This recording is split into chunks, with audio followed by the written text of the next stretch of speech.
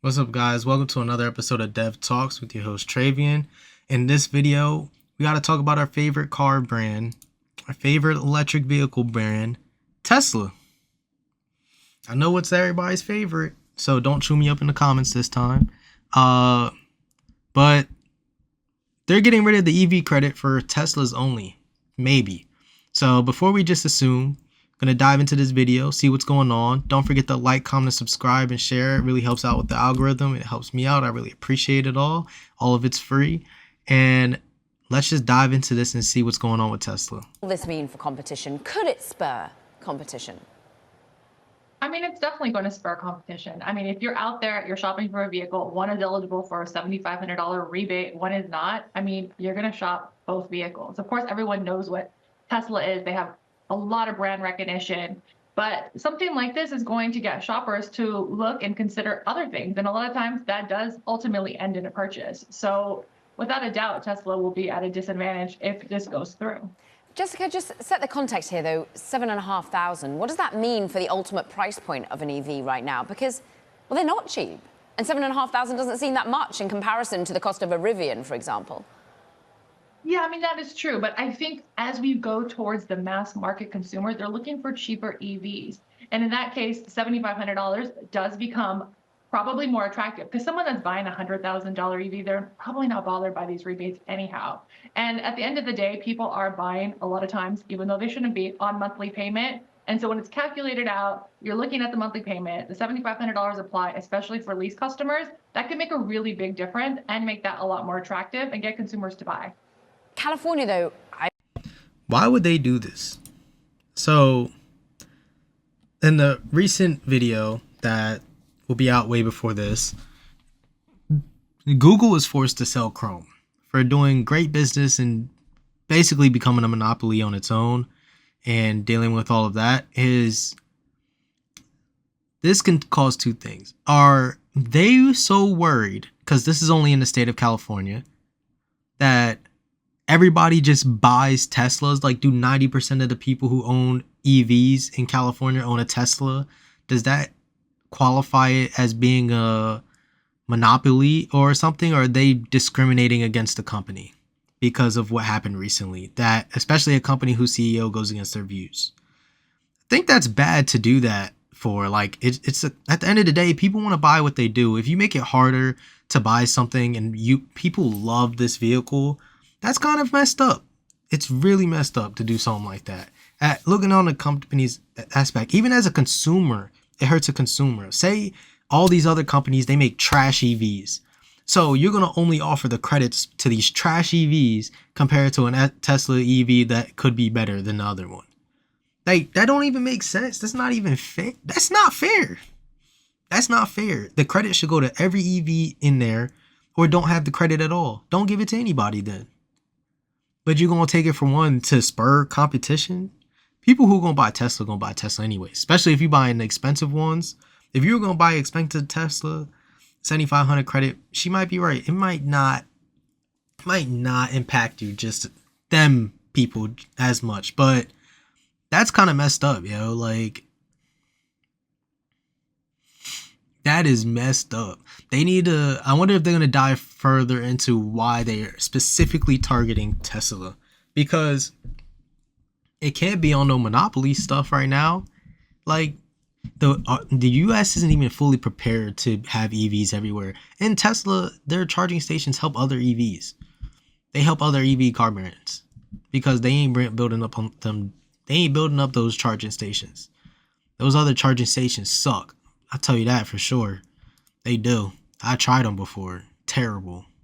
I'm assuming, has been a first adopter, early adopter of EVs more broadly when you compare state to state. So how much of the mass market is still left to penetrate in California?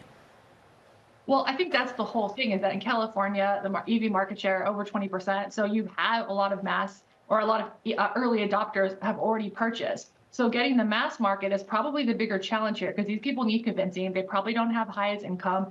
They're kind of questioning whether they even want an EV. So if there was ever a time to have an incentive on EVs, it is for the mass market, not for the people that were early adopters that were excited about EVs to start with and probably didn't need much incentive to even purchase.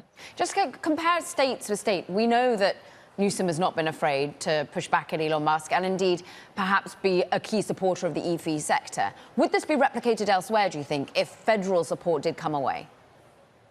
I mean, it's likely. We have things like CARB states. Other people are following some of the California Air Resource Board, some of the edicts that they have put out. So there is a precedent here of other states kind of following California's lead. But at the end of the day, this program does sound quite costly, especially if you're to. Did she say Houston was a state? That's a city. I could have heard that wrong. I don't want to go back and find out, but it's not a state.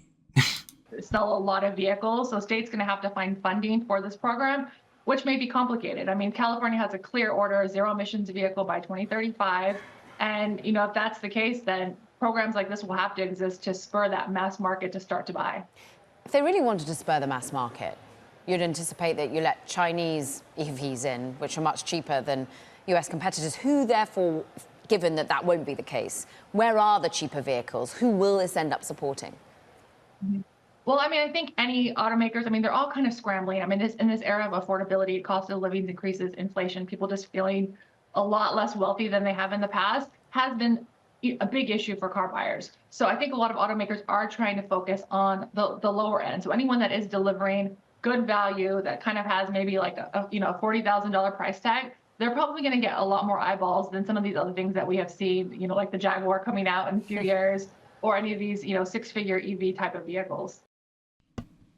That is what they have to say. That's kind of messed up that they would do that, because if you sit here and you're like, oh, well, like that credit can encourage some people to upgrade on the vehicle that they want precisely. Like now that hurts Tesla as a ton. We're about to do something we don't do much on here. I'm curious.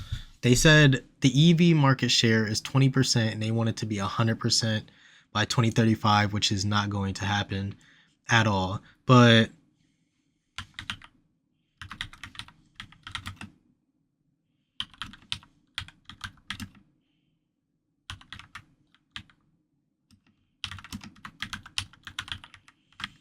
I'm just curious about, yeah. Like, let's look at some Googling stuff real quick. This right here. So the EV market in California, it said, is about 20%, right? Accounted for, and California's accounted for 30% of the EV market share in the last quarter. Up here in this link, if we look at this real quick, I believe it gives us some more information. So we're going to zoom in some so we can see a lot better. So we go back in here and we look at it. So California holds 30% of the market share. Where's Tesla at? Where's Tesla? Where'd they say Tesla at? If you don't talk about Tesla, I really don't want to read anything. No, we don't need this. Okay, this one doesn't say anything about Tesla. Before, there was it said one of the links up here.